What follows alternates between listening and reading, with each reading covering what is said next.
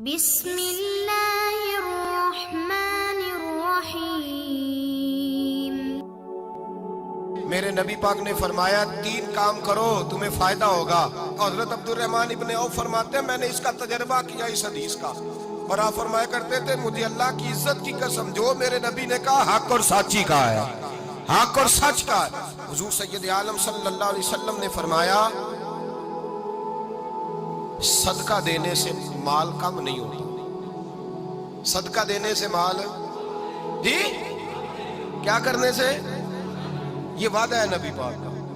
صدقہ دینے سے پیسے۔ اچھا بتائے نا جی مجھے 1000 میں سے 500 دے دیا تو باقی کتنے رہ گئے؟ تو حضور فرما رہے ہیں کم نہیں ہوتے، 1000 دے دیا تو باقی کتنا بچا؟ نہیں بھائی، میرے محبوب فرماتے ہیں تو اللہ کے راستے میں ایک دے وہ تجھے 700 گنا کر کے واپس عطا فرمائے گا۔ نبی پاک نے فرمایا صدقہ دینے سے مال کم نہیں ہوتا، اور فرمایا معذرت کرنے سے عزت میں کمی نہیں آتی، معذرت کرنے سے عزت میں کمی، اللہ اکبر، معذرت کرنے سے عزت میں کمی۔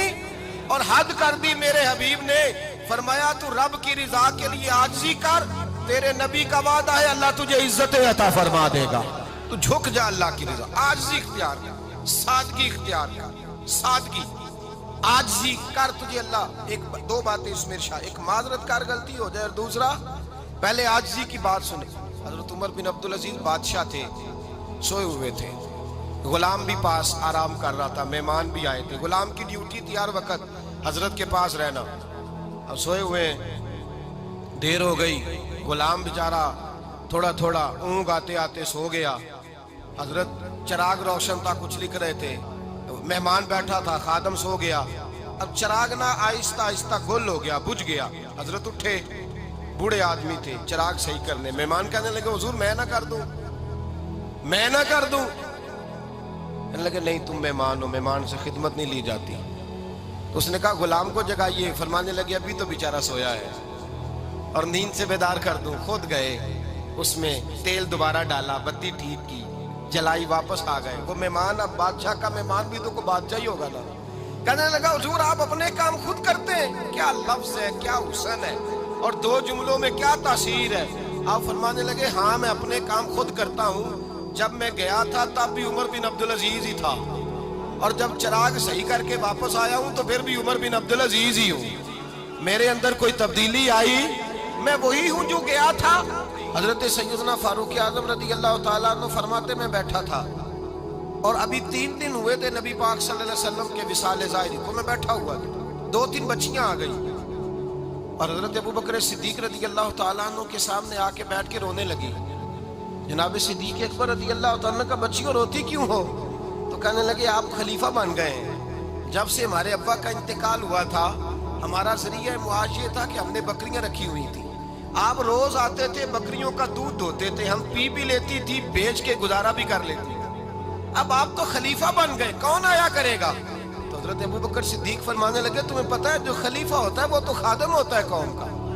میں آیا کروں گا۔ حضرت ابوبکر صدیق روزانہ اٹھتے عصر کے بعد اور جاتے، خلیفہ ہونے کے باوجود ان بچیوں کی بکریوں کو پکڑتے، دودھ دھوتے، ان کے گھر میں دے کے آتے۔ حضرت فاروق اعظم جب بھی دیکھتے تو کہتے ابوبکر تو پیچھے آنے والوں کے لیے راستہ بڑا مشکل کر رہا ہے، بڑا مشکل کر رہا ہے، جگر راہ وفا میں نقش ایسے چھوڑ آیا ہوں، میں جس منزل سے گزرا ہوں وہ اب تک یاد کرتی ہے۔ حضرت سلمان فارسی رضی اللہ تعالیٰ عنہ صوبے کے گورنر تھے، سادہ سا لباس پہن کر، سادہ سا، بس اسٹاپ پہ کھڑے تھے، جہاں سے لوگ اندر داخل ہوتے تھے، جہاں سواریاں باندھی جاتی تھی، آج ہم اپنے زبان میں اسے بس اسٹاپ کہتے ہیں، باہر کھڑے تھے۔ کوئی مہمان آ گیا کسی کا، اس نے دیکھا سادے سے کپڑے ہیں، خستہ سی حالی ہے، اس نے سمجھا کوئی کلی ہے شاید، معاذ اللہ کوئی ملازم ہے، کہنے لگا خادم ادھر آؤ، ادھر آؤ، آپ قریب گئے، کہنے لگے میرا سامان اٹھاؤ۔ امام غزالی فرماتے ہیں جب تو علم پڑھنے بیٹھتا ہے تو یہ بھی خیال کرنا تیرے اندر تکبر کا بوٹا نہ لگ جائے، عاجزی اختیار کرنا، عاجزی۔ سر پہ رکھا ہوا ہے سامان، حضرت سلمان فارسی نے، گورنر صاحب نے، اس آدمی کا، مہمان کا سر پہ سامان رکھا اور جا رہے، سنو اور غور کرو، جب جا رہے تھے جو آدمی بھی ملتا گورنر صاحب ہمیں دے دے،